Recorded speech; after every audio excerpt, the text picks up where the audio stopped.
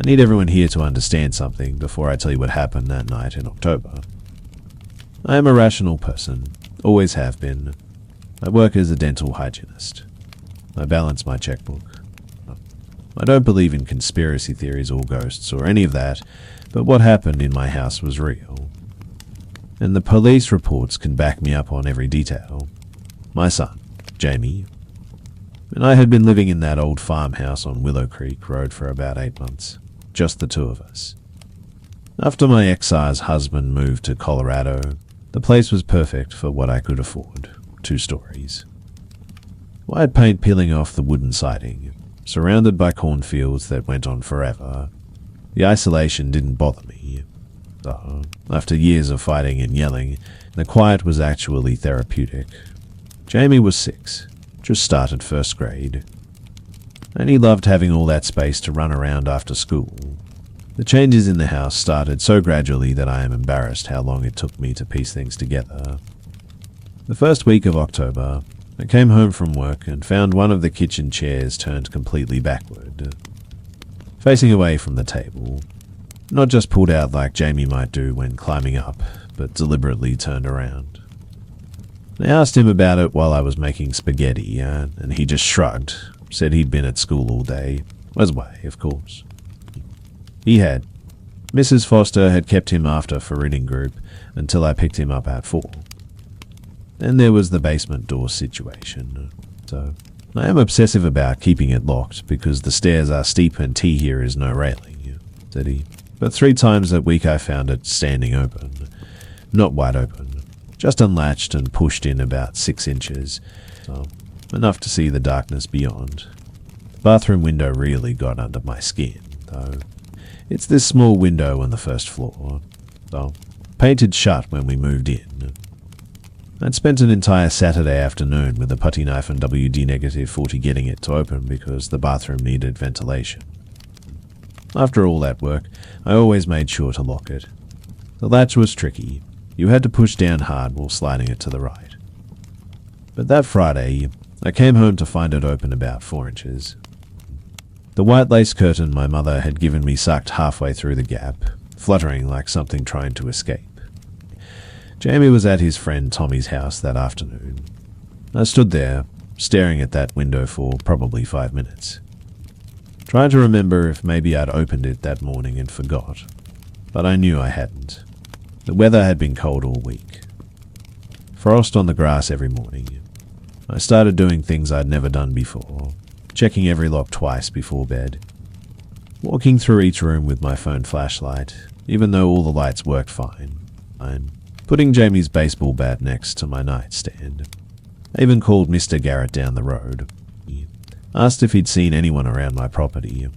He said no, but mentioned something that made my chest tighten. 2 weeks earlier, he'd seen a beat-up green pickup truck parked at the end of my driveway around noon, just sitting there for maybe 20 minutes before driving off. He figured it was someone lost, looking at their phone for directions. The thing is, I'd seen that same truck, or one just like it, parked at the gas station in town when I'd stopped for milk. The driver had been sitting inside, baseball cap pulled low, just watching people come in and go. Saturday night was when I knew for certain someone had been in my house. Jamie and I had gone to the fall festival in town, got back around 8:30. He was exhausted, covered in face paint and clutching a bag of candy corn he'd won at the ring toss. While he was in the shower, I went to the kitchen to make him some warm milk with honey, something my grandmother used to make me. That's when I saw it. The junk drawer was open about 2 inches. Not a big deal. Except I'm compulsive about that drawer because it's where I keep the spare house key. Everything inside had been moved around. Not ransacked, but carefully rearranged. The key was still there, but it was on top of everything else instead of under the old phone book where I always hid it. My bottle of pepper spray, which I kept in the back corner, was now in the front, cap twisted off. I didn't sleep that night. After Jamie went to bed, I wedged a chair under my bedroom doorknob and sat by the window, watching the driveway, around 2 in the morning. I saw headlights slow down near my mailbox, then continue on. Could have been anyone, but my whole body was rigid, listening for any sound that didn't belong. The next morning, Sunday, I found something that made me call the police for the first time. There were cigarette butts under Jamie's bedroom window. 5 of them, all the same brand, Marlboro Reds, with the filter torn off in the exact same way. They were fresh, probably from the night before while we were at the festival. Officer Daniels came out, took photos. Wrote everything down but said without evidence of actual breaking and entering, there wasn't much they could do. He suggested installing cameras, maybe getting a dog. I couldn't afford cameras, and our landlord didn't allow pets. Monday came and went without incident, which somehow made me more nervous. I kept Jamie home from school. Told them he had a stomach bug. We spent the day in the living room watching cartoons, me pretending to fold laundry while actually watching the windows. I'd already decided we were going to stay at my sister's place in Indianapolis for a few days, just until I could figure something out, but she couldn't come get us until Wednesday because of her work schedule, and I didn't have money for a rental car. Tuesday morning, I dropped Jamie at school like normal. I couldn't miss another day of work without risking my job. All day at the dental office, I kept checking my phone, expecting something, though I didn't know what. Dr. Morrison noticed I was jumpy, asked if everything was okay. I just nodded. Time into the kept cleaning instruments, tried to focus on the familiar routine of sterilization protocols and inventory sheets. That Tuesday evening is burned into my memory with a clarity that makes me nauseous even now, 2 years later. I picked Jamie up from after school care at 4:30. Stopped at McDonald's for dinner because I couldn't stand the thought of cooking in that kitchen with all those windows. We got home just as the sun was setting, that golden October light that usually made the cornfields look beautiful, but now just emphasized how alone we were out there. Jamie ran upstairs to play with his Legos while I sat at the kitchen table, scrolling through apartment listings on my phone, trying to calculate if I could afford to break the lease. Around 7:30, I went upstairs to run Jamie's bath. The bathroom was at the end of the hall, and as I walked past the spare bedroom, I noticed the door was open. Not unusual, except I distinctly remembered closing it that morning because I had hidden Jamie's birthday presents in the closet. When I pushed it open wider, my heart started hammering so hard I could hear it in my ears. The window was open, screen removed and leaning against the wall inside. I grabbed Jamie from his room. Told him we were going to play a game where we had to be really quiet. His eyes got wide, but he nodded, trusting me completely. Somehow, we crept downstairs, and I reached for my phone on the kitchen counter to call 911. That's when I heard it. The floorboards in the living room creaking in that specific way they did when someone stepped on the third plank from the wall. The sound was deliberate, slow, like someone testing their weight. My phone was in my hand, but when I looked at the screen, there was no signal. Joe bars. We never had great reception out there, but I always had at least one bar in the kitchen. I tried the landline mounted on the wall, the old beige phone that came with the house. Dead. No dial tone. Nothing. The cord was still connected to the wall, but someone had done something to it, cut it somewhere I couldn't see. Jamie was pressed against my leg, and I could feel him trembling. The living room was between us and the front door, and the back door was through the mudroom, but that lock had been broken since we moved in. I'd been using a wooden dowel to keep it shut. Another creak came from the living room, closer this time, and then a sound that made burglaries in my throat. A man clearing his throat, not even trying to be quiet anymore. He knew we were there. He knew we knew he was there. I pushed Jamie behind me and grabbed the biggest knife from the wooden block on the counter, the one I used for cutting watermelon. My hand was steady, which surprised me. All that shaking fear from the past week was gone, replaced by something primal and focused. I had to get my son out of that house. The footsteps started moving toward the kitchen. Heavy boots on hardwood, no longer trying to hide. I made a split-second decision. The mudroom was our only chance. I grabbed Jamie's hand and we ran, yanking the dowel out and bursting through the back door into the cold October night. Behind us, I heard the man curse and his footsteps speed up. But we were already sprinting across the backyard toward the cornfield. Jamie was crying but running hard, his little legs pumping. The corn was harvested, so it was just stubble and dirt, nowhere to hide. But Mr. Garrett's house had lights on. I picked Jamie up and ran like I've never run before. My bare feet slipping on the cold ground, the knife still in my other hand. I could hear the man behind us, but he was slower. Maybe not expecting us to run. We hit Mr. Garrett's door screaming, and thank God he was home. Thank God he had a shotgun. Thank God he believed us immediately, and called the police while standing guard at his door. They caught him 40 minutes later, trying to hitchhike on Road 47. Bradley Morse, 38 years old, recently released from prison after serving 5 years for aggravated stalking and attempted kidnapping.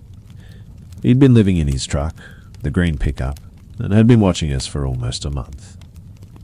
The police found notebooks in his vehicle filled with our schedules, drawings of our house layout, even notes about what Jamie wore to school.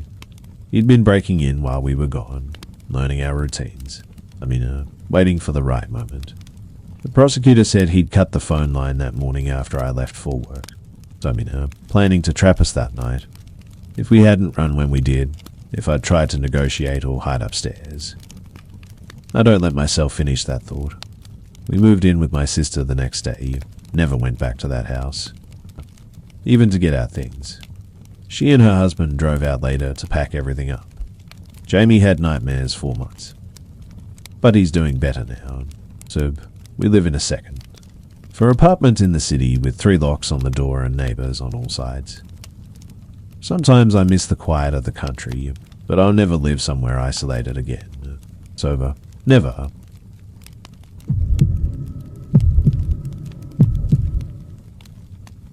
The thing about living in a small town is that everyone thinks they're safe. I was 20 that fall. Working as a mechanic at the only auto shop in Oakfield, Montana. And I've been renting this little house on Cedar Lane for about 2 years.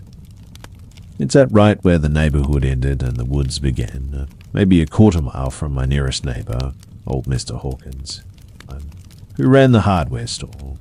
I'd chosen it specifically because after spending all day dealing with customers and their broken down trucks, I liked coming home to peace and quiet.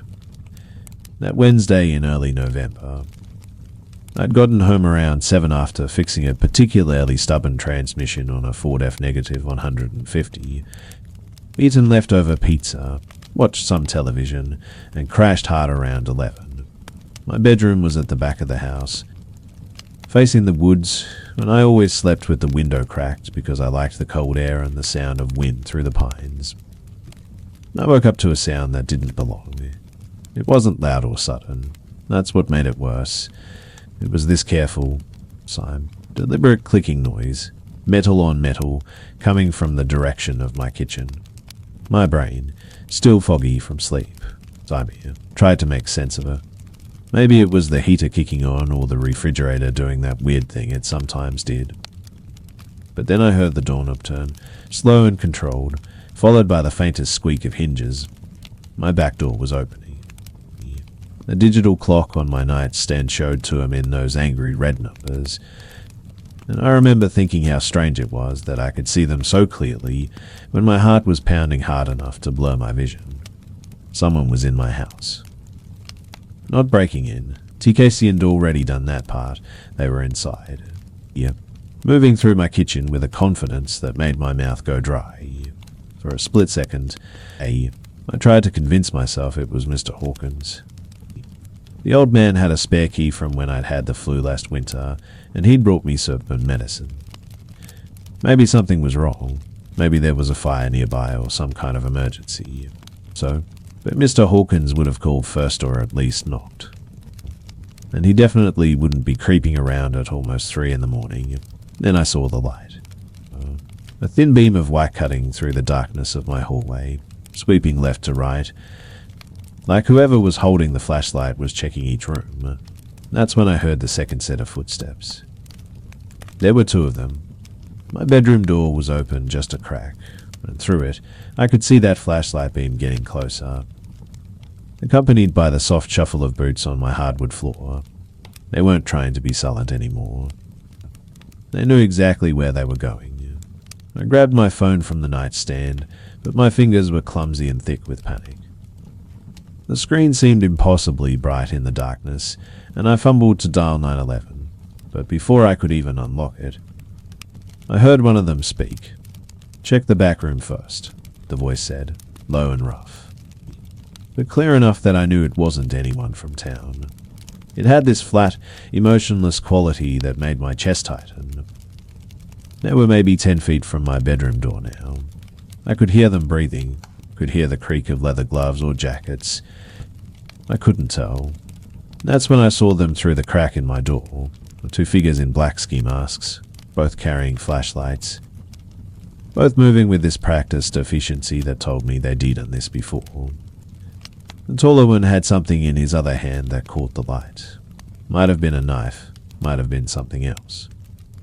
But I wasn't about to wait to find out. My window was still cracked open from earlier, and I knew I had maybe 3 seconds before they pushed open my bedroom door. I rolled out of bed as quietly as I could, staying low, and grabbed the baseball bat I kept leaning against my dresser. The leftover from my high school days that I'd never gotten around to storing properly.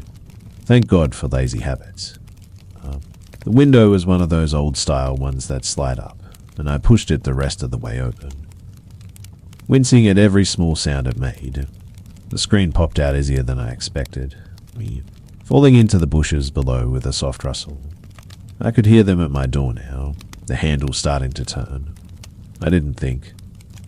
Just threw one leg over the windowsill and dropped the 8 feet to the ground, landing hard in the wet leaves and mulch.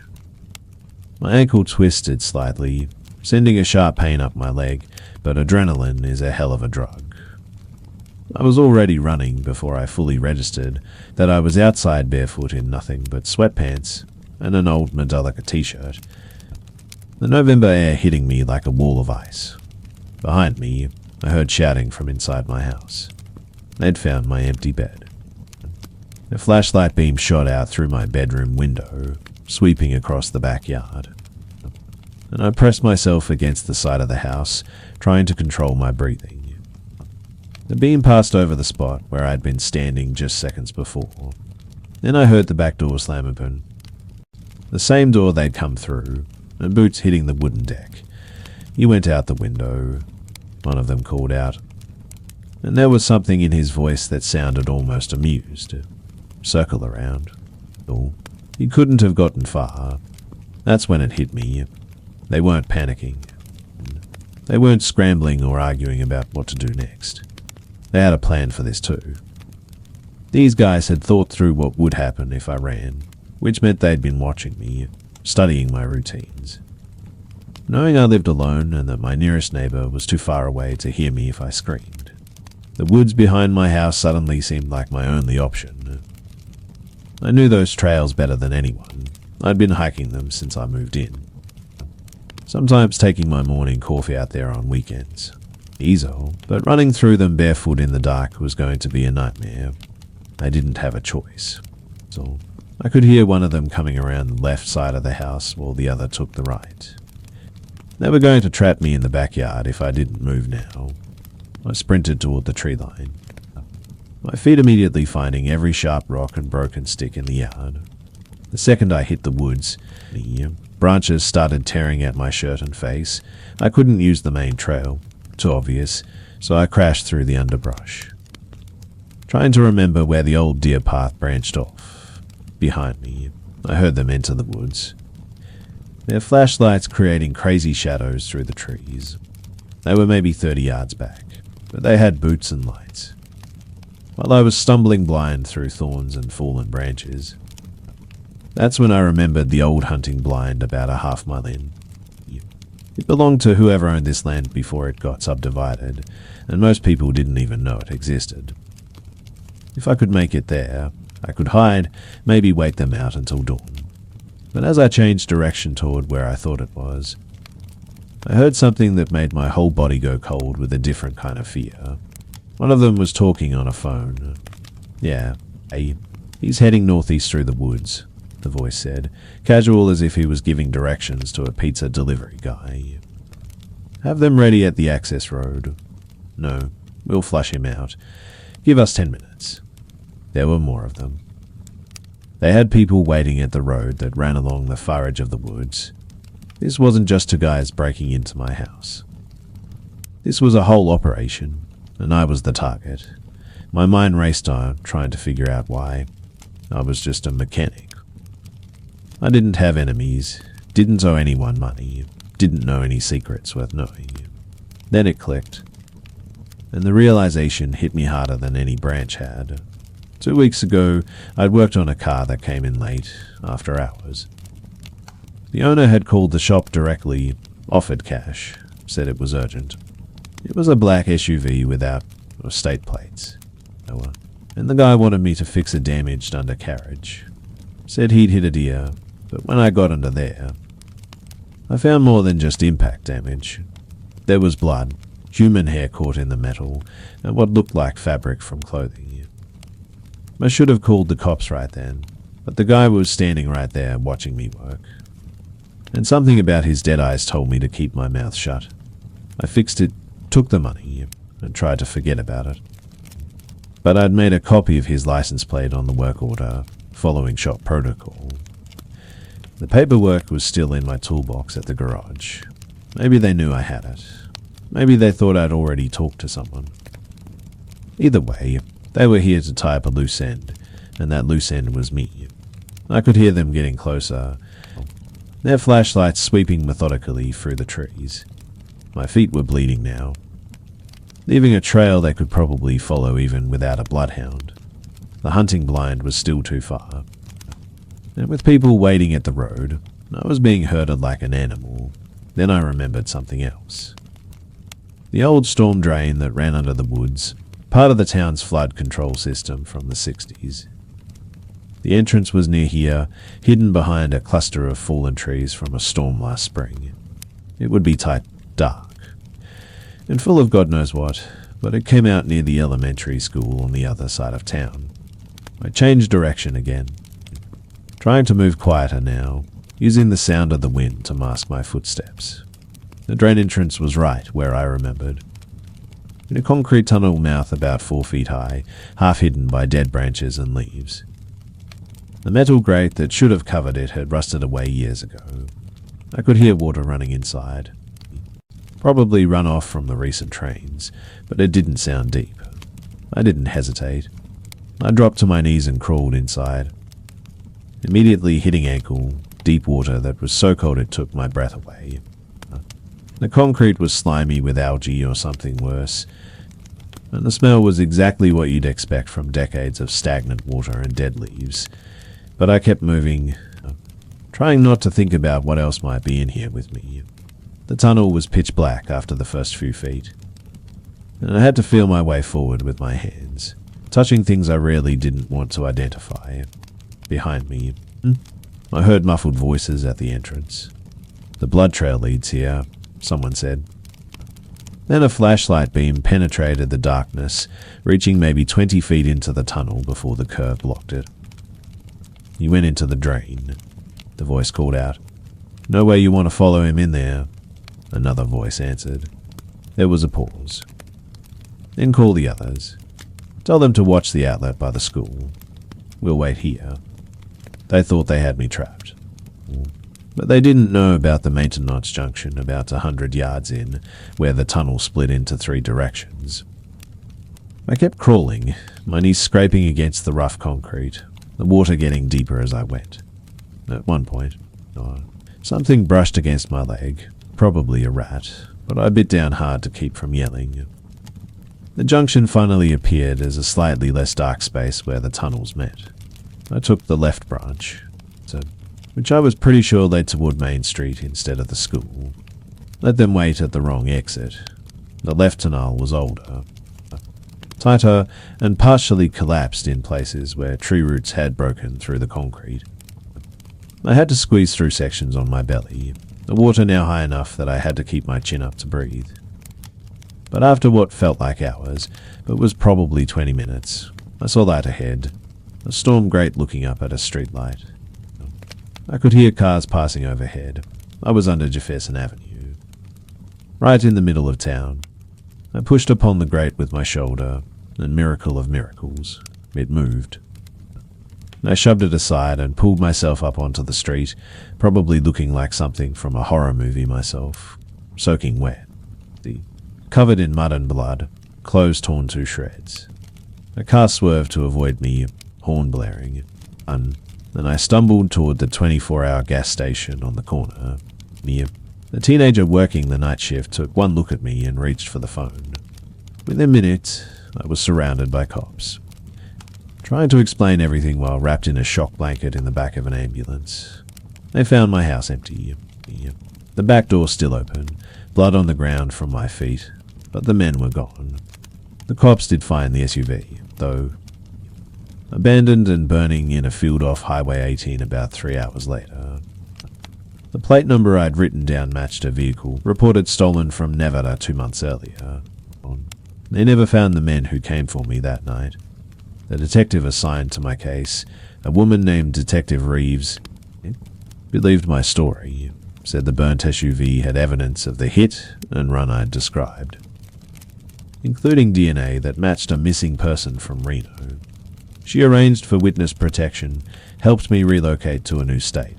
I'm in a new name, knew everything. Told me I'd done the right thing by surviving. That my testimony could help solve multiple cases once they caught these guys.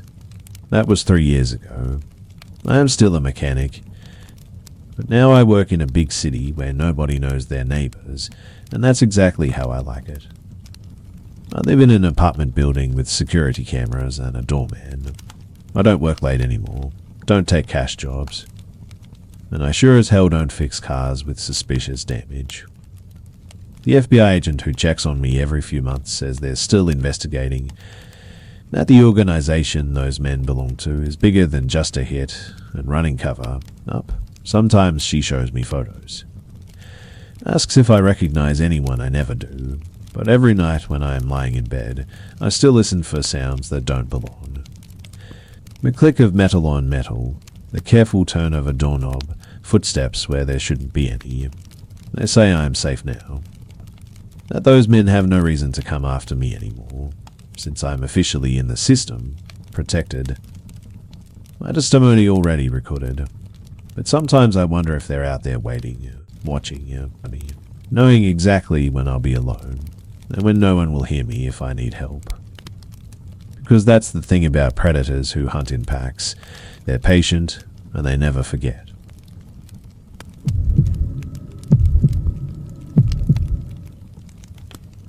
Penwood, Arkansas, was the last place I thought I'd find myself in August 2022, especially after swearing 15 years ago that I'd never come back. But there I was, driving past the faded population, so 8,000. Signed with my press credentials in the glove compartment, and 17 burglary reports spread across the passenger seat. My editor at the Chicago Tribune had been following the story through wire services. Elderly residents getting robbed in broad daylight, no forced entry. Same pattern every time. The local cops seemed stumped. Or at least that's what they kept telling the papers before the coverage mysteriously dried up after the 10th incident. Something about the whole situation stank worse than the paper mill that used to run on the south side of town. And my editor figured a hometown connection might open doors that stayed shut for outside reporters. I pulled into the Sunset Lodge around 4 in the afternoon, the August heat making everything shimmer like a mirage in NATO. The place looked exactly how I remembered it, peeling paint, half-dead neon sign. Same cracked asphalt parking lot where teenagers used to drink beer and make bad decisions.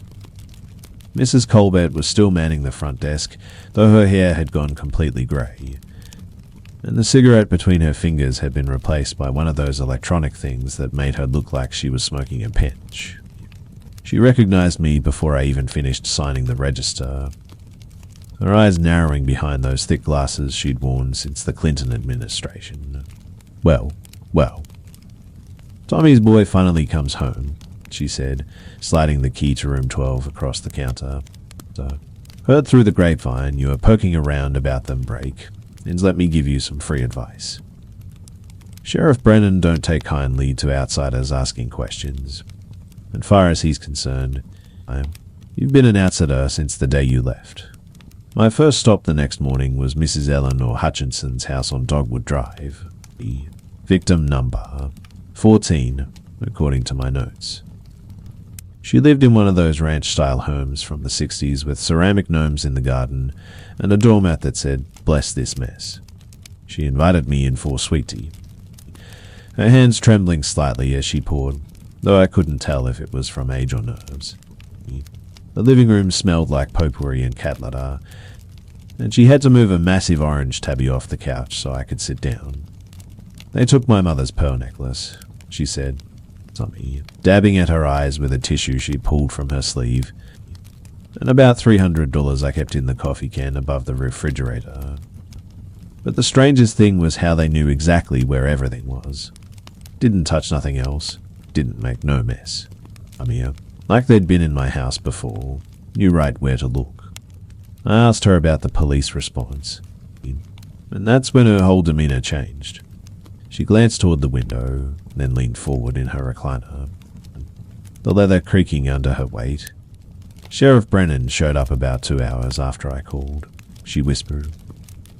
"Even though we were alone in the house, except for the cat, 2 hours, and the station's only 10 minutes away. When he finally got here, he barely looked around, just took some notes and said they'd investigate. But here is what really got me spooked. When I was describing what was missing, he already knew about the coffee can. I hadn't mentioned it yet, was still talking about the jewelry. He tried to play it off, said all old folks hide money in the kitchen, but I saw that look in his eyes. Same look my husband used to get when I caught him lying about his poker games. Over the next 3 days, I interviewed 6 more victims, and the pattern became impossible to ignore. Every single one mentioned the sheriff arriving between 90 minutes to 2 hours after they called, despite Pinewood being small enough to drive across in 12 minutes. Mrs. Gladys Newcomb on Elm Street said she actually drove to the station herself after waiting an hour, only to find Brennan's patrol car parked out back, while the deputy at the desk insisted he was out on a call. Mr. Arnold Fishman told me Brennan had dirt on his boots when he finally showed up. Fresh red clay like he'd been walking through the woods behind the old Hutchins property. Nowhere near where he claimed to have been checking on a traffic accident. The most disturbing conversation came from Walter Briggs, a Vietnam vet who lived alone in a duplex near the railroad tracks. He pulled out a notebook where he'd been tracking every burglary, marking them on a calendar with red X's. "Notice anything?"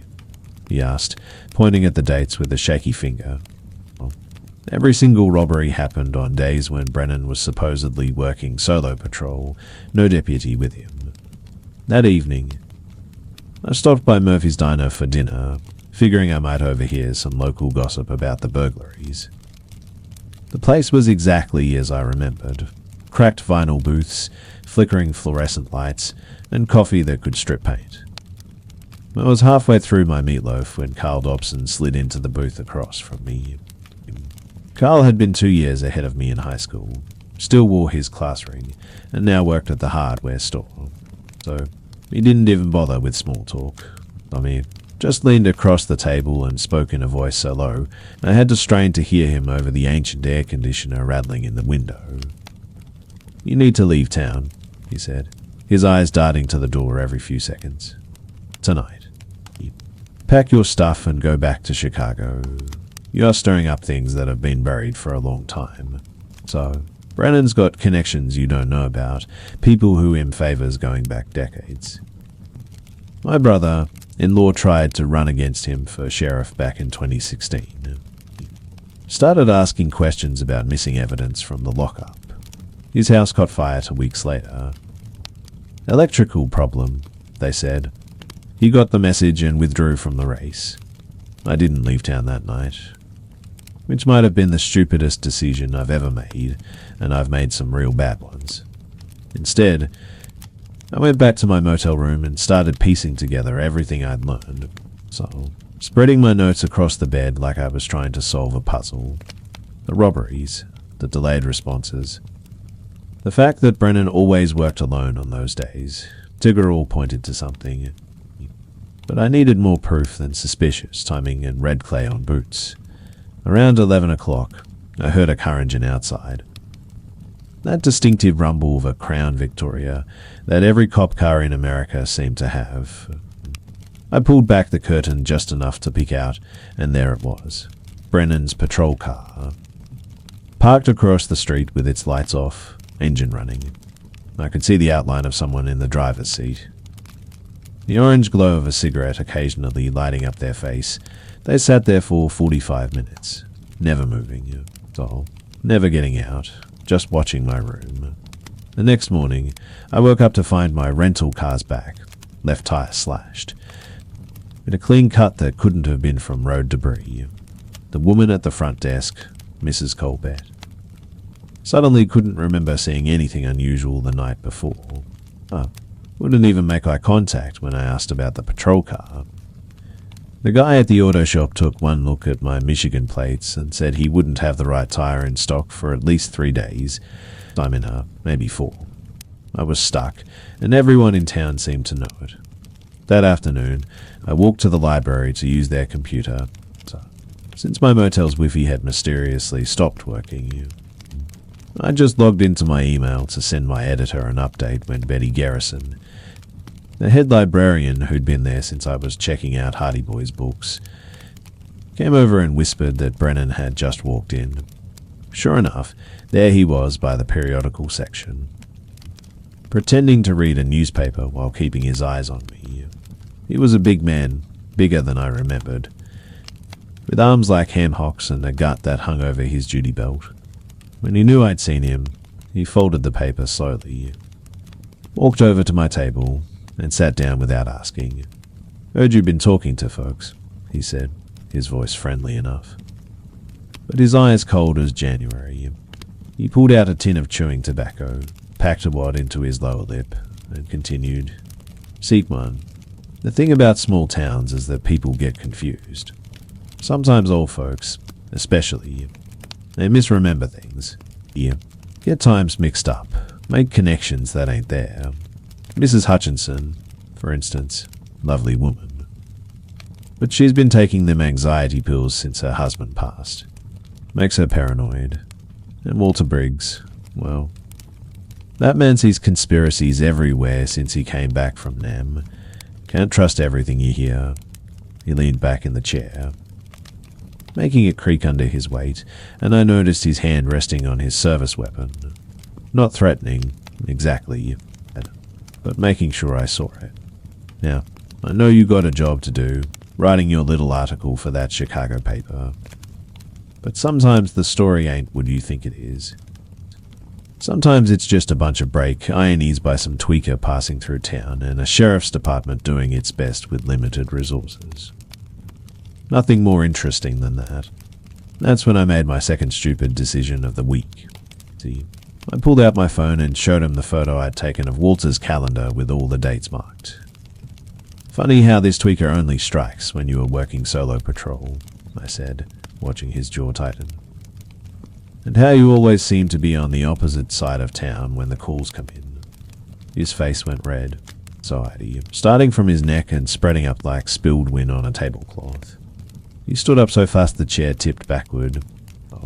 And for a second, I thought he was going to grab me right there in the library. Instead, he leaned down, close enough that I could smell the tobacco and stale coffee on his breath. "You got no idea what you are messing with, boy. This ain't Chicago. Out here, reporters sometimes have accidents. Car goes off the road on a dark night. Maybe they fall down some stairs at that old motel. Happened before. Ask Jimmy Watts.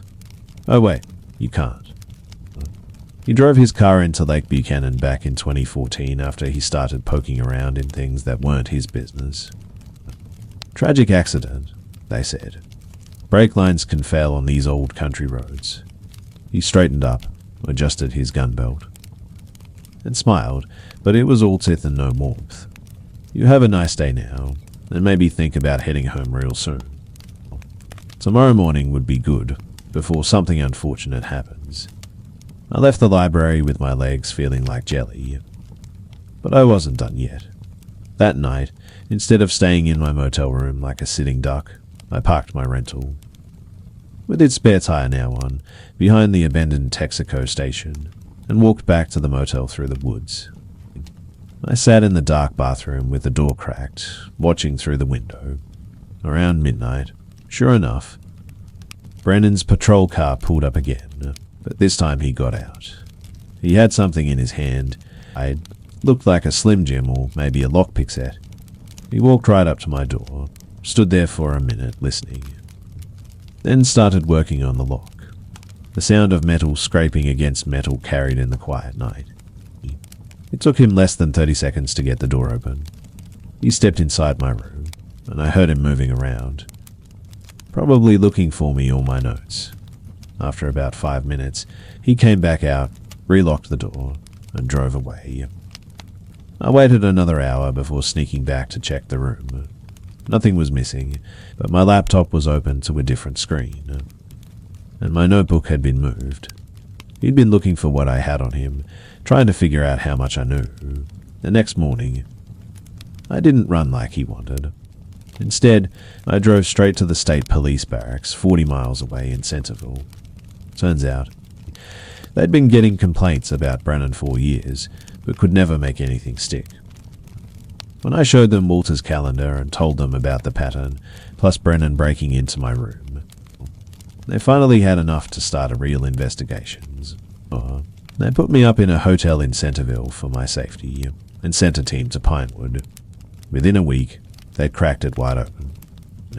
Brennan had been running the burglaries himself, using his position to case the houses during wellness checks on elderly residents, and hitting them when he knew they'd be at doctor appointments or church. He'd stolen over to $100,000 over 2 years. The FBI got involved when they found out he'd been selling some of the stolen items across state lines. Last I heard, he was looking at 15 to 20 years federal time. The part that still makes me sick is that everyone in town knew something was wrong but were too scared to speak up. It took an outsider coming home to finally expose what had been happening in plain sight. I never went back to Pinewood after that, but I heard they elected a new sheriff. A woman from Dallas with no connections to the old guard. Maybe things will be different now, but small towns have long memories.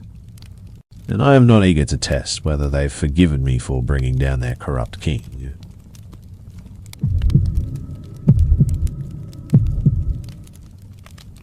"40 minutes outside of Riverside, right off Highway 22. Here is this diner that became my second home for about 2 years. At 20 with those at 3. Pulling double shifts most days to save up for nursing school wasn't exactly my dream job, but it paid the bills. Dinner, nothing special about the place. Red vinyl booths with duct tape patches, a jukebox that only played half the songs you selected, and coffee that tasted like burnt rubber if you let it sit too long. But the tips were decent, especially from the truckers who rolled through at all hours, and my manager, Frank. Let me study during the dead periods between lunch and dinner. That particular Saturday in early spring.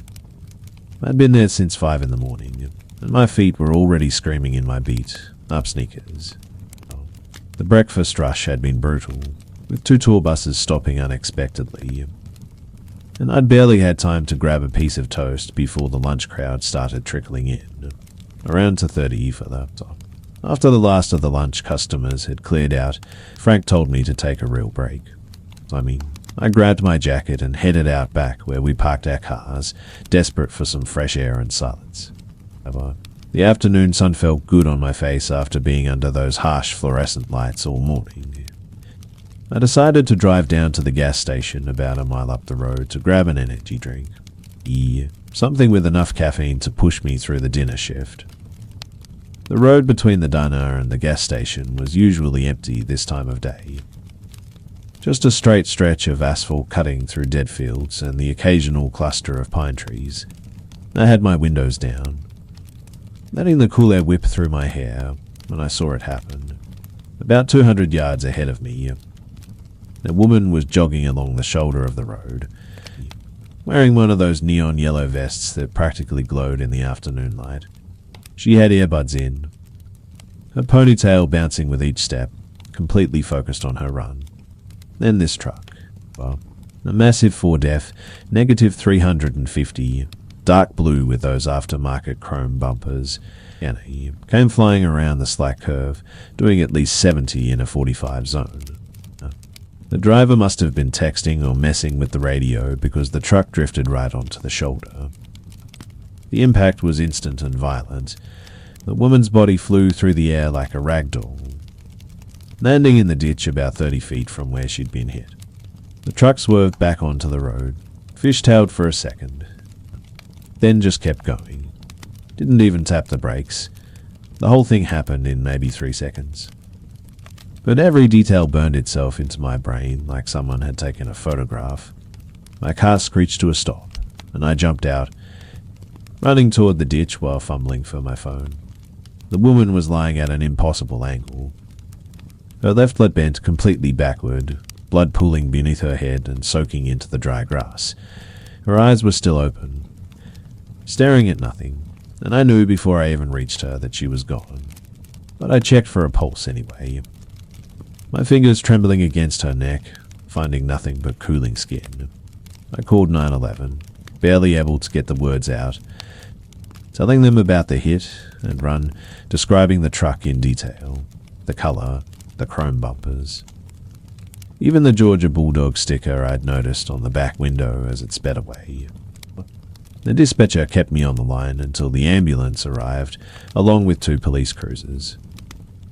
I stood there in that ditch for what felt like hours, but was probably only 15 minutes, unable to look away from her face. She looked young, maybe early 30s, with a small scar through her left eyebrow and freckles across her nose.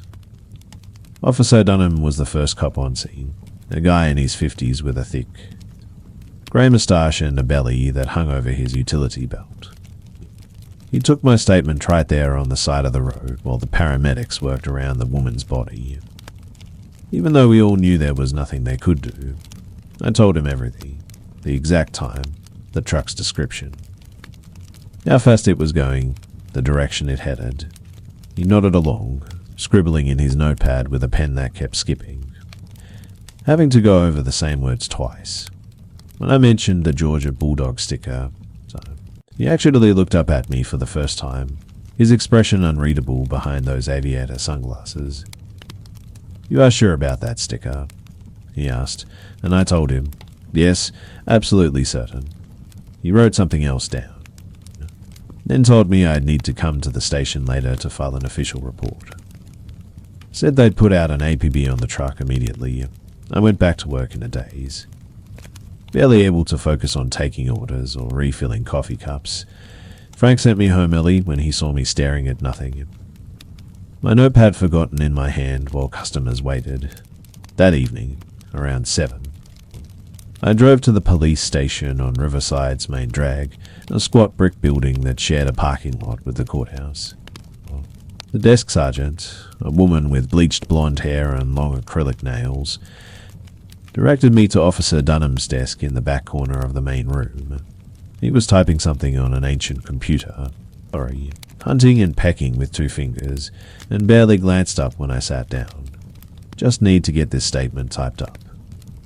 "Official," he said, pulling out a form from his desk drawer. We went through everything again, him asking the same questions in the same order, me giving the same answers. But something felt different this time. Rushed. Like he was just going through the motions. When we finished, he had me sign the bottom of the form, then did something that made my chest tighten with unease.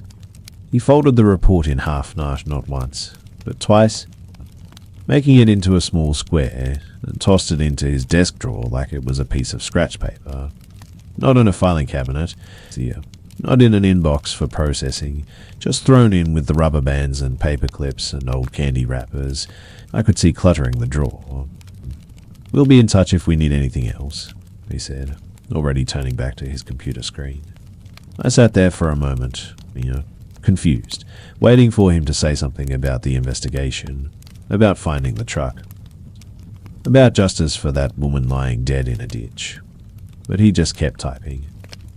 Those two fingers clicking away at the keyboard like I wasn't even there anymore. I left feeling like I'd swallowed a rock. This heavy wrongness sitting in my gut. For the next 3 days, I checked the local news obsessively, waiting to see a report about the hit, and run about police searching for a dark blue F-negative 350. Nothing. Not a single mention. I even called the station twice, asking for updates. And both times got transferred around until someone told me Officer Sydenham would call me back. He never did. I couldn't stop thinking about that woman's face, those freckles, that scar through her eyebrow. She had to have family, friends, people wondering where she was. On my lunch break that Wednesday, I drove past the spot where it happened. Half this expecting to see flowers or a cross or something marking where she died, the shoulder was clean. Like nothing had ever happened there. Even the blood in the grass was gone. Whether washed away by the rain we'd had or cleaned up by someone, I couldn't tell. Friday afternoon, I had to run to the bank to deposit my tips from the week.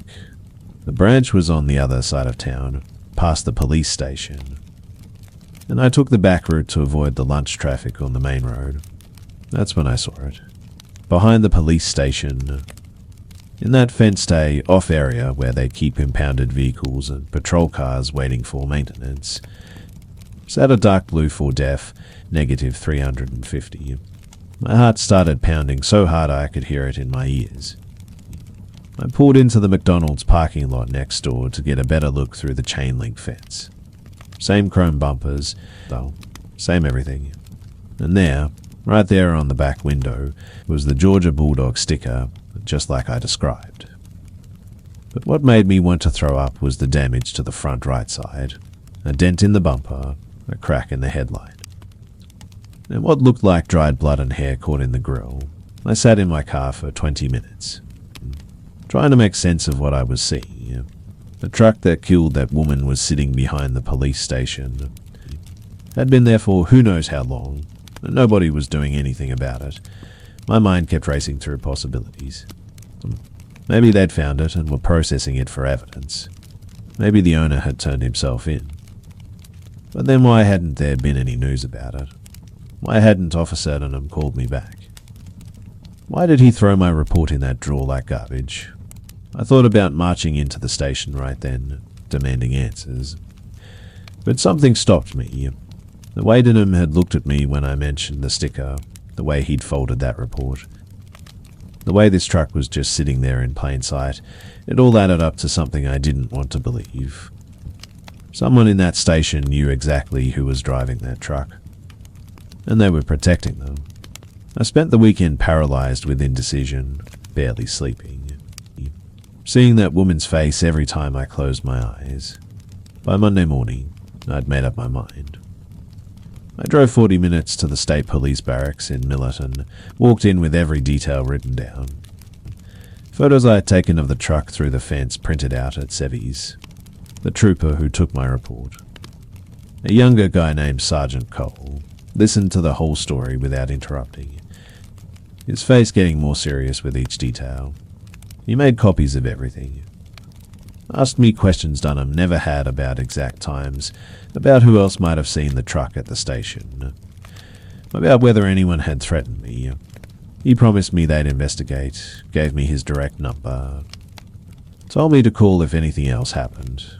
2 weeks later, he called to tell me they'd opened an investigation, not just into the hit and run, but into the Riverside Police Department's handling of it. The truth came out in pieces over the next few months. The truck belonged to Officer Dunham's nephew. A kid named Brandon who'd already had to do its knockdown to lesser charges. The woman who died was Anna Shelton, a nurse from 2 towns over who'd been training for a marathon. Her family had been told she'd been hit by an unknown vehicle. Case closed due to lack of evidence. Dunham got fired. Brandon got 5 years for vehicular manslaughter and leaving the scene. And 3 other officers got suspended for helping cover it up. I had to testify at the trial. Sitting in that courtroom while Dunham stared at me like I'd betrayed some sacred code. But all I could think about was Anna Shelton's family finally knowing what happened to her. I quit the diner after the trial ended. I couldn't drive past that spot on Highway 22 anymore without feeling sick. I started over at a restaurant in Millerton, closer to the nursing school I finally started attending. And sometimes I still dream about that moment when I saw the truck behind the station. That feeling of realizing the people supposed to protect us were the ones hiding the truth.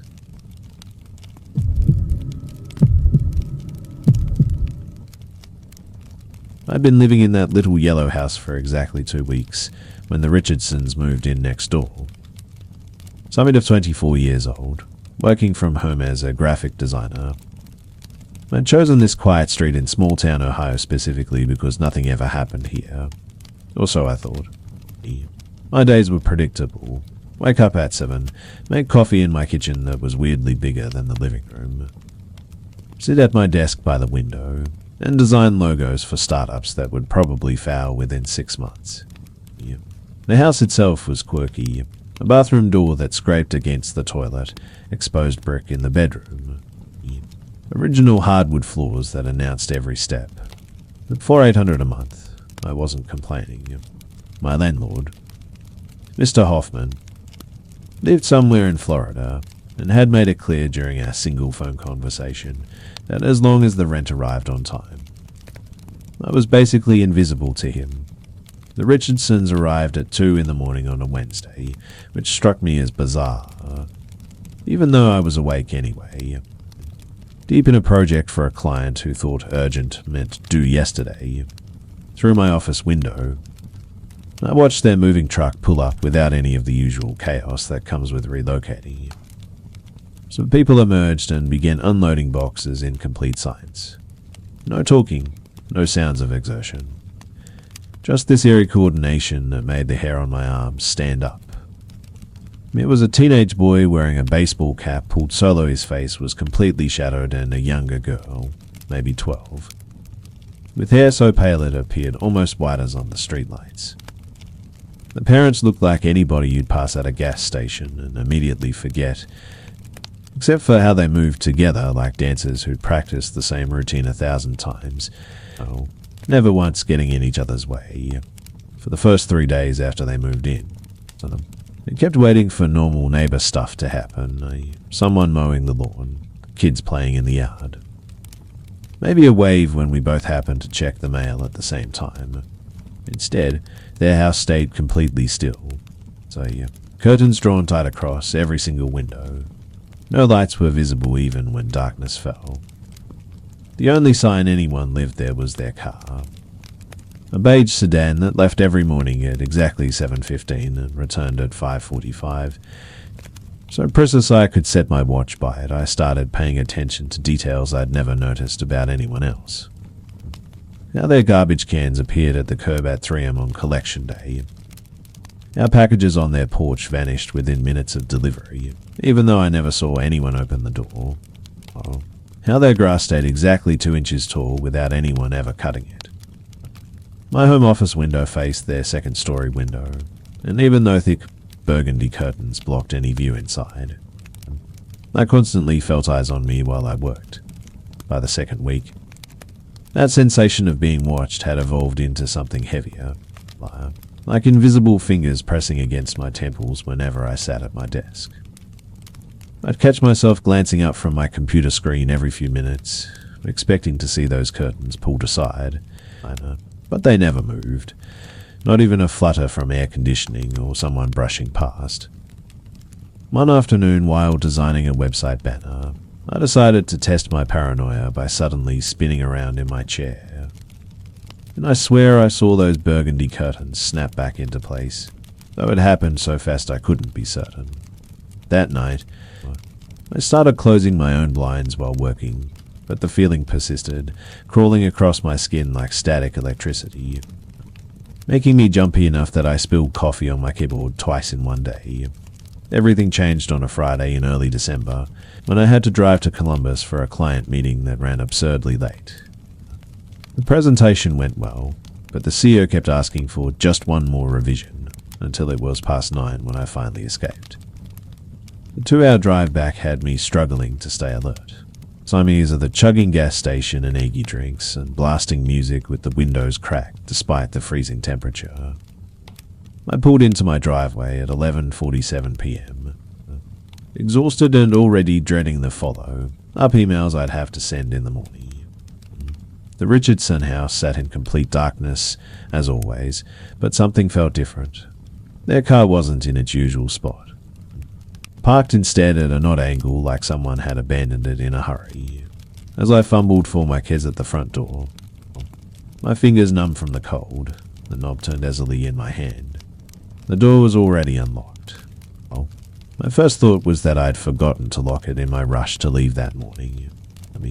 Except I distinctly remembered checking it twice because I'd left my laptop on the kitchen table.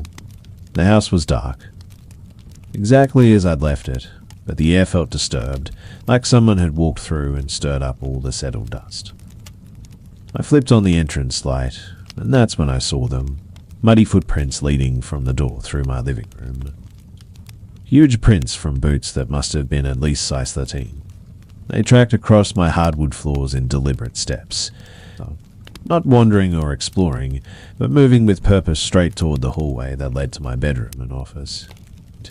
The mud was still wet, glistening under the overhead light, and when I knelt down to look closer, I could see bits of red clay mixed in.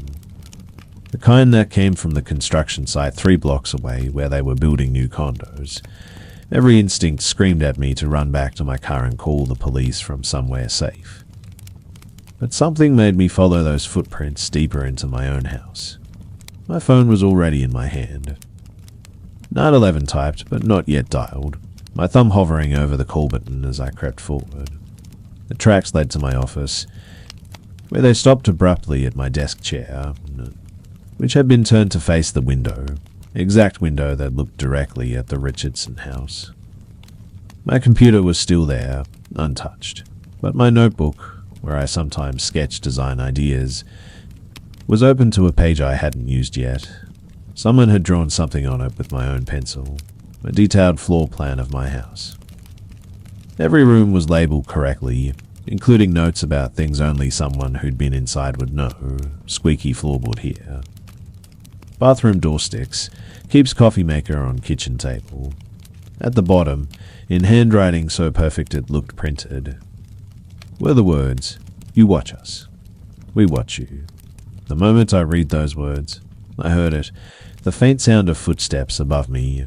So, in my attic, a space I'd never even accessed because the pull via down ladder was painted shut. The ceiling creaked in a rhythm that suggested someone pacing back and forth, waiting, and then suddenly stopped directly over where I stood. My whole body went rigid as I heard the attic access in the hallway begin to scrape open. Paint cracking and falling in little white chips onto the carpet below. I didn't wait to see what would come down. I bolted through my front door and ran to my car, calling 911 as I drove away. The dispatcher kept asking me to slow down and explain clearly, but how could I explain that someone had been living in my attic? Someone who knew my house better than I did. Someone who'd been watching me as closely as I'd been watching that darkened house next door. The police found him 40 minutes later. The Richardson's teenage son, curled up in my attic with a sleeping bag, empty food wrappers, and 3 notebooks filled with observations about my daily routine. He'd been living up there for 2 weeks. Since the day I started closing my blinds, accessing the space through a hidden panel in the back of my bedroom closet that I'd never noticed behind my hanging clothes. The officers said he'd created a small hole in the ceiling, positioned perfectly to watch my office through a gap in the insulation. and had been coming down at night while I slept to use my bathroom and take food from my kitchen. The boy, whose name was Nathan, didn't resist or try to run. He just sat there with this blank expression while the officers cuffed him, never saying a word. Even when they asked him direct questions, his parents arrived within minutes, standing in my front yard without any visible emotion, and his mother said only one thing to me. Well, he likes to understand how people live. The truth came out in pieces over the following days through police reports and neighborhood gossip. The Richardsons had moved 7 times in 3 years, always after Nathan became too interested in someone nearby. He wasn't violent, the detective assured me, just obsessive about studying people, learning their patterns until he could predict their every move. The family lived in darkness to avoid drawing attention, keeping Nathan calm by removing stimulation. But I'd become his new fixation the moment I'd shown interest in their strange behavior. They'd found similar setups in previous towns, hidden cameras in vents, detailed logs of neighbors' activities, and twice before. Evidence he'd been living in crawl spaces or attics without anyone knowing. The detective said it was the most sophisticated surveillance by a 17-year-old he'd ever seen. Showed me photos of the notebooks where Nathan had written things like, subject orders Thai food when stressed, Tuesday. Thursday in checks, window at 3:17 p.m. daily after coffee break. I couldn't stay in that house another night. So I packed what I could fit in my car and crashed at a motel for 3 days while I processed what had happened. The violation went deeper than just the physical intrusion. This kid had documented my entire life. Knew when I cried after phone calls with my ex. Knew which mug I used for coffee versus tea. Knew that I sang badly to 80s music while doing laundry on Sundays. The Richardsons disappeared before Nathan's court date, leaving the rental next door abandoned, with rent still paid through the month. The prosecutor said this was their pattern. They'd never stayed for legal proceedings, just vanished and started over somewhere else. I broke my lease, so took the financial hit and moved across town to an apartment complex with security cameras and a doorman. But 4 months afterward, I'd find myself checking closets for hidden panels, running my hands along ceilings for tiny holes, wondering if someone was cataloguing my new routines in another notebook somewhere. 6 months later, I got a letter forwarded from my old address with no return label, just my name written in that same perfect handwriting from the note on my desk. Inside was a single sheet of paper with one line. You were the most interesting one.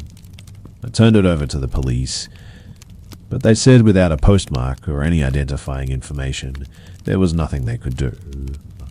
I've moved twice more since then, changed jobs, I even deleted most of my social media. But sometimes I still wake up at night, certain I can hear the ceiling creak above me, even though I live on the top floor now. The detective called me last month to say they'd arrested Nathan in Michigan, living in a family's walls this time, with 17 notebooks full of observations. And when they asked him why he did it, he said he was practicing to become a writer, that the best characters come from real people, and that I taught him the most about fear.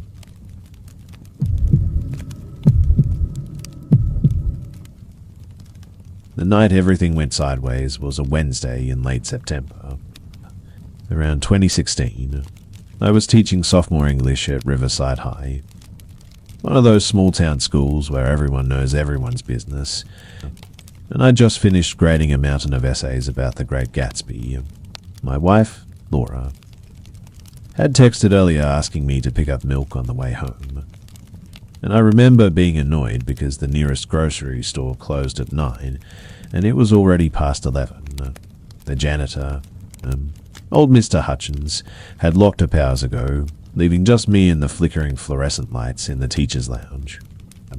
I'd been putting in these late nights for weeks, so trying to catch up after taking over Mrs. Coleman's classes when she went on medical leave. My beats if up Ford pickup was the last vehicle in the parking lot, and the engine coughed twice before starting. Same as it had done every cold night for the past 3 winters. The route home took me down County Road 74. This narrow, some meat over this 2-lane stretch that cuts through about 15 miles of farmland and scattered woods before hitting the edge of town where I lived. Most nights I'd make that drive on autopilot, windows down, listening to whatever classic rock station came in clear. But that particular night felt different from the moment I turned off the main highway. The moon was new, leaving everything beyond my headlights wrapped in that thick country darkness that seems to swallow sound. About 6 miles in, right past where the Garrett farm used to be before they sold to developers, my headlights caught something metallic gleaming on the shoulder. As I got closer, I could make out a sedan. Maybe a Toyota or Honda, dark blue or black. Hard to tell in the dark, pulled over with its hazard lights pulsing that urgent amber rhythm. The car was positioned oddly, not quite parallel to the road. Like whoever was driving had yanked the wheel hard and fast to get off the asphalt. My first instinct was to keep driving. You hear stories about fake breakdowns, people pretending to need help just to rob whoever stops. But then I thought about my own daughter, Katie, away at college. What if she was stranded somewhere and nobody stopped? The guilt had at me for about 30 seconds before I slowed down and pulled in behind the sedan. Leaving a good 20 feet between us and keeping my engine running, I grabbed the heavy maglite from under my seat. The one Laura always teased me about carrying like I was some kind of cop, and stepped out. The silence hit me immediately. No traffic, no crickets, even the wind had died down to nothing. I called out a, "Hello?" Everything okay? But my voice seemed to get absorbed by the darkness around us. The sedan's interior light was on, and through the rear window, I could see the driver's seat was empty. Both front doors were closed, but the driver's side wasn't completely latched. Like someone had gotten out in a hurry and didn't push it all the way shut. I approached slowly, sweeping the maglite beam across the tall grass on both sides of the road, checking for any sign of the driver. Maybe they'd walked to find cell service or had a medical emergency and someone already picked them up. The car was a 2014 Nissan Altima. I could see the model badge now that I was closer. Jerked the license plate was local. One of those specialty ones with the lighthouse from Port Haven on it. When I reached the driver's door, I used the flashlight to peer inside without touching anything. That's when my chest got tight. There was a wallet played open on the driver's seat, credit cards still tucked in their slots, and an iPhone face down on the passenger seat with the screen still lit up showing missed calls. His left-thigh empty coffee cup sat in the holder, steam still faintly rising from it, and the keys dangled from the ignition. The radio was on but turned down low, barely audible, playing some talk show about local politics. I pulled out my phone to call 911, but the screen showed no bars. A dead zone, which wasn't unusual for this stretch of road. The smart thing would have been to drive to where I had signal and report it, but something made me walk around the car first, checking for any signs of an accident or struggle. The grass beside the passenger side was flattened in a weird pattern, not like someone had walked through it, nor like something heavy had been dragged. The trail led about 10 feet into the field before disappearing where the grass grew taller. I followed it with my flashlight, calling out again, "Hey, anyone out there? I'm here to help." The beam caught something white against the dark earth of the chew. A woman's sneaker, size 7 or 8, lying on its side with the laces still tied. My mouth went dry. I picked it up. And that's when I noticed the foot impression in the mud next to it, perfectly preserved. Like whoever lost the shoe had stepped right out of it while running. The rational part of my brain kept saying there had to be a logical explanation. Maybe the driver had a mental health episode, got confused, wandered off. Maybe they were diabetic, had low blood sugar, got disoriented, but the scene didn't add up. I leave the wallet and phone. My only one shoe. I walked back to my truck and grabbed the emergency kit from behind the seat, then returned to the Altima. Using my sleeve to avoid leaving fingerprints, I carefully opened the driver's door wider. The wallet belonged to someone named Melissa Von, 32 years old according to her license. Lived over in Riverside Heights, about 40 minutes away. Her face in the photo looked tired but kind. The sort of person who probably worked at jobs and still volunteered at her kid's school. There were photos tucked behind the license. 2 young boys in baseball uniforms, a golden retriever, what looked like a family barbecue, normal life stuff that made my stomach knot up even tighter. The phone on the passenger seat kept lighting up with notifications, missed calls from hubby and texts asking, "Where are you?" And kids are asking about dinner. I knew I shouldn't touch it, but I needed to call for help somehow. I leaned across and pressed the home button with my knuckle. The lock screen showed 11:47 p.m. and 17 missed calls. The most recent text from just 3 minutes agreed. "Now, I'm getting worried. Your location sharing shows you stopped on County Road. Please call me." That meant her husband could see where the car was. I memorized his number from the screen, planning to call him from my phone once I got signal, but then I heard something that made every muscle in my body tense up. A car engine in the distance, getting closer. Out here, maybe 3 cars passed by on a typical night. And it was almost midnight on a Wednesday. I turned toward the sound and saw headlights coming from the direction of town, moving slower than normal, like they were searching for something. The vehicle, a white panel van with no windows in the back, crept along at maybe 15 miles per h. When it got close enough for the driver to see my truck and the Ultima, it stopped completely, sitting there in the middle of the road for what felt like forever, but was probably only 10 seconds. I raised my hand in a wave, trying to look friendly and normal, but the van didn't move. I couldn't see through the windshield with their headlights blazing, but I had the distinct feeling I was being studied, evaluated. Then, without warning, the van's engine revved, and it sped past us, accelerating hard enough that I heard the tires squeal slightly on the asphalt. I watched the taillights disappear around the bend, and that's when I noticed something that made my scalp prickle. There was mud splattered on the van's back doors, fresh and wet, the same dark clay color as the soil where I'd found that shoe. My brain started connecting dots I didn't want to connect. I decided I'd seen enough. Whatever happened to Melissa Von, I wasn't equipped to handle it alone out here in the dark. I jogged back to my truck, locked the doors, and drove fast toward town until my phone finally showed to bars near the old water tower. I pulled over and called 911, explaining everything to the dispatcher, the abandoned car, the wallet and phone, the shoe in the field, the strange van. She said units were on their way and asked me to wait there to guide them to the scene. While waiting, I called the number I'd memorized from Melissa's phone. Her husband answered on the first ring, his voice cracking when he said, "Yes, Mel." I had to tell him it wasn't her, that I'd found her car, that police were coming. The sound he made when I mentioned finding her shoe wasn't quite a sob, more like all the air leaving his body at once. He kept asking if there was blood, if I'd seen any blood, and I told him no, which was true.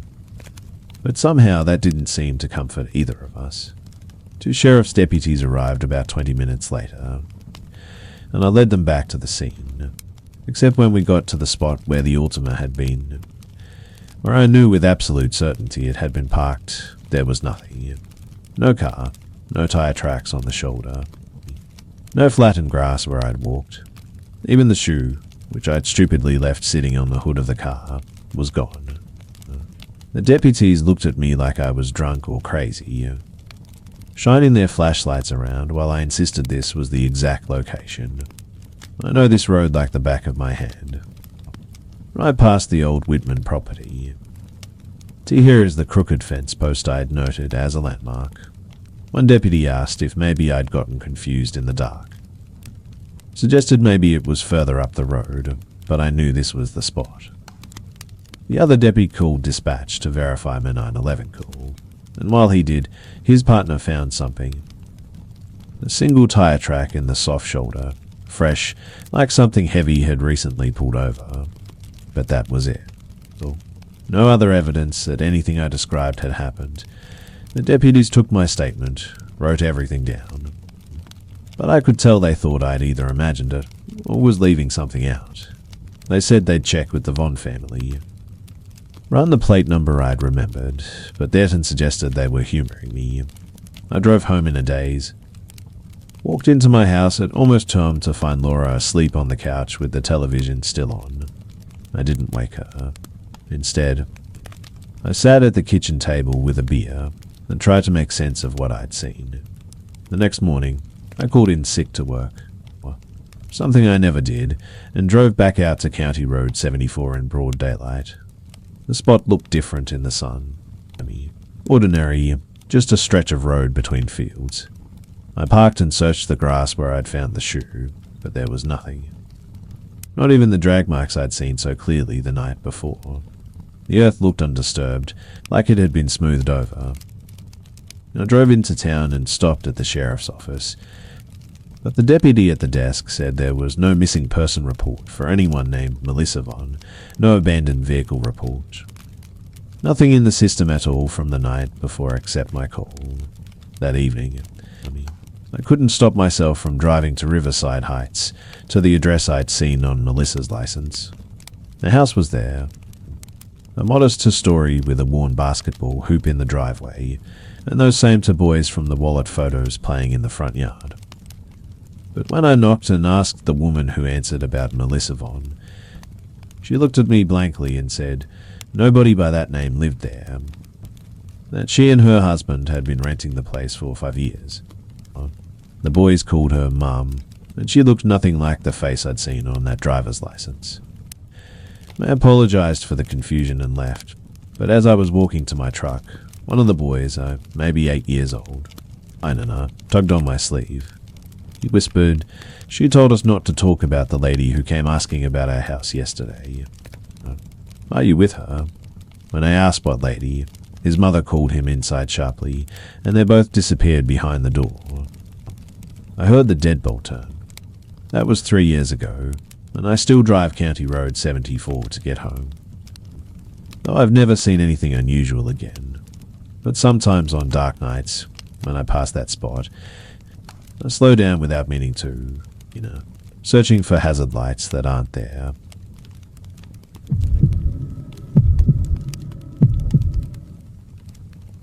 I remember that night clearly because it was supposed to be simple and almost comforting. Our little town doesn't host big events, so the annual fair was something people actually looked forward to. I had gone after work, still in my uniform, mostly just to grab a funnel cake and walk around under the string lights. I wasn't there long, maybe an hour or so, before heading back to my car. It had been parked on a side street, a block away from the main lot where most people gathered. When I reached the car, the windshield looked strange under the streetlight as there was a piece of paper tucked beneath the wiper blade, folded once down the middle. My first thought was that it was a church pamphlet or some coupon for a local business. I didn't think much of it until I slid into the driver's seat, seated on the passenger side, and actively opened it. It wasn't a flyer for anything. No logo, no design, just a list written in neat, blocky handwriting. Each line was a date followed by a time, all spaced out like someone had copied them from a planner. At first, I didn't connect the dots. I thought maybe it was some random schedule someone dropped and it ended up under my wiper by mistake. But then I saw the exact shift I had worked 2 nights earlier, right down to the time I clocked out. I skimmed down the page. And it wasn't just 1 or 2 matches. It was every single day that week with the hours I came and went. My chest tightened as it hit me. This wasn't random at all. At the bottom of the page, written slightly larger than the rest, was a short message. "See you soon." That's when the fun. The easy glow of the fair turned sour in my mind. I had been walking through crowds, standing in line for snacks, and weaving between strangers. At some point during all that, Someone who knew my schedule close enough to trace it had slipped this onto my car. A thought that they had been watching me that carefully made me feel suddenly exposed in a way I'd never experienced before. I sat in the car with the engine off for a good minute, reading the list again and again. My first instinct was to check the sidewalks around me, scanning the people drifting back from the fair. None of them were looking my way. But I couldn't shake the idea that whoever had written this might still be close enough to see my reaction. The paper felt heavier in my hands than it should have, like it carried more weight than just ink on a page. Driving home was a blur. Every pair of headlights behind me seemed to linger too long, and I caught myself checking the rearview mirror more than the road ahead. The flyer stayed on the passenger seat. I couldn't bring myself to toss it out the window or crumple it. Part of me wanted to keep it as proof in case I had to show someone, but part of me hated having it so close. Like it was some kind of open channel between me and whoever had written it. When I got back to my apartment, I went straight to my laptop and pulled up the flyer again under the desk lamp. The handwriting wasn't messy, but it wasn't formal either, just blocky, with strange consistency, like the person had taken their time to make sure it was legible. The dates were in order, perfectly matched with the times I'd arrived and left work. Even the shift I had traded with a coworker at the last minute, tuck detail is what made my stomach twist the hardest. Whoever tracked me hadn't just been guessing. They knew my movements as if they had been there every step of the way. I thought about calling someone, maybe my manager, maybe even the police. But what would I even say? Someone left a paper on my car that shows they'd been following me. It felt flimsy, like they'd brush it off unless something worse happened. Still, the word "see you soon" circled in my head like a warning I didn't know how to answer. I ended up shoving the paper into a drawer. But sleep never came easy that night. Every creak in the walls, every sound of a car pulling away outside, left me wondering if I had already been marked for whatever soon was supposed to mean. The following day, I couldn't shake the paranoia. I parked farther from the store, checked around my car before unlocking it, and even asked a coworker to walk with me to the lot after closing. Nothing unusual happened, but that flyer never left my mind. By the time my shift ended, the lot was nearly empty. I forced myself to look at every vehicle around me, memorizing their plates and shapes like I'd have to identify them later. On the third day, I finally brought the flyer to the local police station. The officer at the desk read it twice. His expression tightening in small ways he probably didn't realize I noticed. He asked if I had any recent conflicts or if someone might be holding a grudge. I told him no, and that the detail about my traded shift meant the person wasn't just guessing. He took the paper, said they'd keep it on file, but I could tell they weren't planning to launch an investigation unless something escalated. 4 weeks. I kept waiting for the next move. Every knock at my door made me tense. Every phone notification made me glance twice. I changed up my parking spots, varied my routes to work, even stayed with my sister a few nights just to feel less alone. But nothing else ever came. No more flyers, no strange calls, no obvious signs of someone tailing me. It was like whoever left that note wanted me to know they'd been close, then vanished once the fear had sunk in deep enough. To this day, I still don't know what their goal was. Maybe it was meant as a threat, or maybe just a twisted way to get inside my head. Neither way, it worked. I never went back to the town fair again. And I still glance at my windshield every time I return to my car.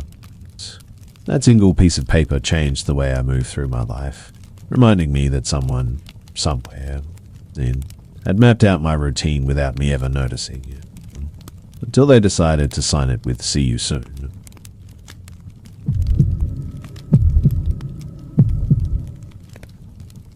Moving into that small town felt like stepping onto a stage where everyone already knew the script except me. I had just landed a new job at a modest accounting firm, and the place seemed quiet, predictable, and easy to adapt to.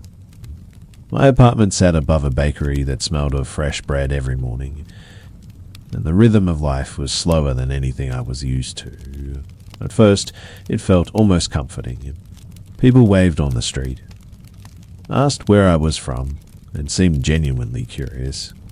But after only a week, a strange pattern started to creep into nearly every conversation I had.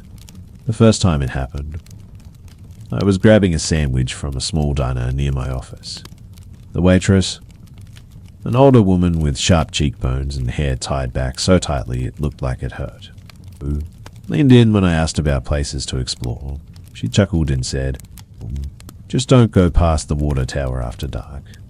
I laughed politely, thinking it was some folksy warning meant as a joke, like telling newcomers not to whistle at night or they'll summon ghosts. I brushed it off. But then, 2 days later, my landlord said the exact same words as he fixed a leaky faucet in the kitchen. By the end of the month, I'd heard it at least half a dozen times. Different people, Joe grocery clerk, a teenager ringing me up at the gas station. Even one of my co-workers, either dropped the same line, almost word forward. Don't go past the water tower after dark. Some laughed like they were in on a private joke. Others said it flatly, with no trace of humour. The repetition unsettled me, though I tried to rationalise it as small-town charm. Maybe an inside reference I wasn't clued in on yet. Still, I couldn't shake the feeling that I was being tested. Like the whole town wanted to see how I'd react. Curiosity got the better of me, and one evening, I walked out toward the tower just before sunset. The structure stood at the edge of town, rust streaking down its sides, its frame surrounded by dry weeds and a chain, link fence with holes patched badly with wire. I stood there for a few minutes, waiting for something, anything, to happen. The silence pressed down on me, broken only by the distant hum of cicadas. So, nothing unusual happened that night, but the way every passerby glanced at me when I walked back through town, as if I had crossed some invisible line, made my skin prickle with unease. A few nights later, I decided to ask one of my co-workers about it. His name was Mark, a quiet guy who rarely joined in on office chatter, but always stayed late. I casually brought it up while we were leaving together, joking about how everyone seemed to recycle the same lane. For the first time since I'd met him, he actually paused mid-step. He didn't laugh or smile. He just said, "Some things are better left alone," and then walked off toward his truck without another word. That response lodged itself in my mind, replaying whenever I passed the tower on my commute. My curiosity turned into something heavier, not just interest, but this nagging need to understand. One Saturday, I went to the small public library downtown. The building smelled like dust-stained old carpet, the kind of place where time felt thicker. I dug into archived newspapers, flipping through local sections that barely covered more than bake sales and high school football games. There was nothing about the tower, not even a passing mention. But then, tucked inside a box labelled Miscellaneous, I found photocopies of police incident summaries. The strange part was that none of them carried official stamps or case numbers. The reports described people, locals, drifters, even a travelling salesman, while had gone missing near the old tower over the span of nearly 3 decades. The wording was eerily similar in each one, as though whoever wrote them had copied from a template. Some included notes in the margins. Family insists last seen by tower or patrol car reported lights near structure. It was all informal, scribbled like reminders, not formal documentation. My pulse quickened as I realized these were never filed as official cases. It felt like stumbling across something I wasn't supposed to read. When I left the library that evening, the town looked different. The streets were emptier than usual, and I noticed how the tower loomed from nearly every angle, like it had been waiting for me to notice it properly. I drove home with the windows up, glancing at the structure whenever it broke the horizon. That night, I couldn't sleep. The creaks of my apartment felt louder. and every time headlights swept across my blinds, I expected them to stop, to park outside. I kept hearing that same line echoing in my mind, except now it didn't feel like a joke anymore. It felt like a warning. The next evening, I drove out toward the tower again, this time after dark. The road leading there was barely lit, tiny, cracked asphalt swallowed by weeds. When I parked near the fence, the air felt heavier, like the stillness itself had weight. I switched off the engine and sat for a minute, the metal frame of the tower creaking faintly in the night air. I thought about the reports, about the people who never made it back. My gut told me to leave, but something deeper told me I had already gone too far to just turn around. As I stepped closer, I noticed faint markings on the fence, carved into the metal posts. Initials, hair, dates, my crude symbols. Some looked fresh. Others rusted over with time. I pressed my hand against the cold wire, and for a split-second dull, I could have sworn I heard movement beyond the tower, like footsteps in gravel. But the lot was empty, and when I turned my flashlight that way, nothing reflected back except weeds and dirt. Still, the sound lingered in my ears long after it had gone. I went home, shaken but determined to put this obsession to rest. The following day, I visited the sheriff's office under the pretense of asking about neighborhood safety. The deputy at the front desk, a man with tired eyes and a thick moustache, gave me a long look when I casually mentioned the tower. He leaned forward and said quietly, "If you want to keep your job here, don't dig into things that don't concern you."